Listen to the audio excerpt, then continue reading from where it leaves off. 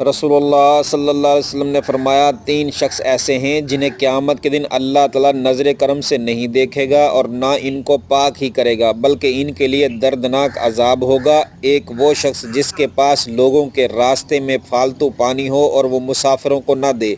دوسرا وہ شخص جو امام کی بیعت صرف حصول دنیا کے لیے کرے، اگر امام اسے کچھ دے تو اس سے راضی ہو جائے اور اگر نہ دے تو اس سے ناراض ہو جائے۔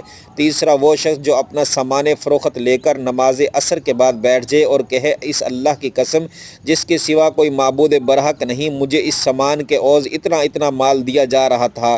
تو خریدار نے اس کی بات مان لی اور اس سے مال خرید لیا۔ پھر آپ صلی اللہ علیہ وسلم نے یہ آیت تلاوت فرمائی، ان الذین یشترون بعہد اللہ وایمانہم ثمنا قلیلا، بے شک جو لوگ اللہ کے عہد اور اپنی جھوٹی قسموں کے عوض کچھ دنیاوی مال حاصل کر لیتے ہیں، سوائے ایسے لوگوں کو آخرت میں کوئی حصہ نہیں۔